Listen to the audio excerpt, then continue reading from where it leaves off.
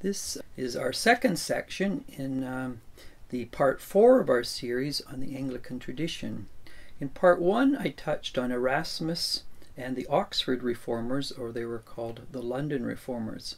In this part 2 I want to touch on Erasmus and the Bible. As I mentioned in part 1, the tendency in the late 15th century and the early 16th century was increasingly so a turn to the Bible. Now in the West the Bible was in Latin, and Jerome's Vulgate was the standard text that was used at the time, and that was the major source of authority in terms of the Bible for the Roman Catholic tradition.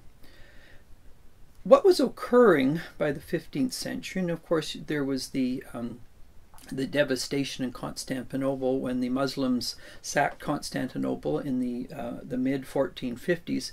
Many Orthodox were coming west, some up through Italy, some into Europe, and they were bringing with them the Greek language. Most in the West only spoke Latin. The Bible itself was, of course, as most know today, written in Greek. And so the West only had a secondary translations of the Bible via Jerome. And also the West had prejudices against the Orthodox tradition. They felt it was the Orthodox tradition that had created the great schism of the Middle Ages. The Greek language was associated with the Orthodox tradition, and so why would you learn the Greek language which was associated with a schismatic community? And so the West tended to pride itself on its Latin, Jerome's Vulgate, the Roman Catholic tradition, and anything Orthodox or Greek was held as suspect. The problem, of course, when we think of the Bible is the Bible was written in the Hebrew tradition, in Hebrew, and in the New Testament tradition in Greek. And so it put the West at a serious disadvantage in translating and applying the Bible for people in the time they lived in, because they did not use the Greek language. Erasmus was part of a growing generation of young men who I mentioned earlier was inspired by John Colet in England to begin to learn Greek so that he could compare texts, both the Latin and the Greek. When Erasmus first came to England in 1499, John Colet had encouraged him to be part of the renewal of reading, translating, applying St. Paul's letters. Erasmus felt at that time, he was only 30, he felt at that time he was not ably equipped to deal with these sorts of things because he did not have the Greek language. He then gave himself after 1499 to learning the Greek language itself so that he would have access to translating these texts in a way in which he could compare Jerome's Vulgate with the Greek, which was the source of the Vulgate itself. What's quite interesting then, when Erasmus comes back in 1505 to England, he's increasingly so equipped with the Greek language, the Latin language, and he's now getting a lot of fine texts by which he can compare important texts. He then comes back to England in 1509 to 1514, as I mentioned earlier, and he was offered 5 years at Cambridge to give himself fully, consistently, and studiously to translate the New Testament from the Greek into a way, well, first of all, challenging Jerome's Vulgate where there were errors, and through paraphrases and annotations offering different ways of reading the Bible.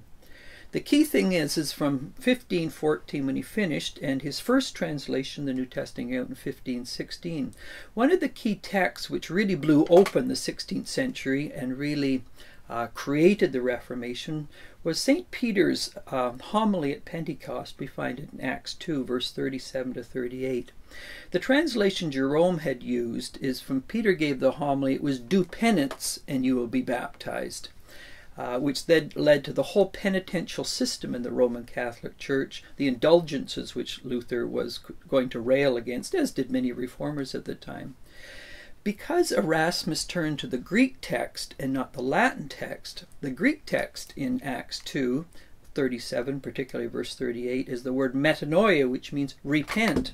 Not do penance, but just to repent, which is an interior transformation of the soul and the mind in terms of a different life direction. It was then with that translation that Luther picked up that he took the position that indulgences in the Roman Catholic Church were problematic. The text did not justify the whole language of penance, and in fact, if one is going to be open to God and transformation, it was an interior openness to be transformed by the Spirit of God in the life of the Church, not some continual act of penitential system. So we can see with Erasmus and the Bible, we're getting the turn to the original documents in the original languages. This challenges the Latin Vulgate and bursts the Reformation of the 16th century. And again, it is the English tradition from which Erasmus did his studying at Cambridge that passed it on to Luther, from which then we get these great transformations in Europe at the time. So the Bible is essential to all of this, but it is Erasmus which is back of all of these translations, interpretations, and applications, and it was the English that gave him the 5 years at Cambridge to do that serious work.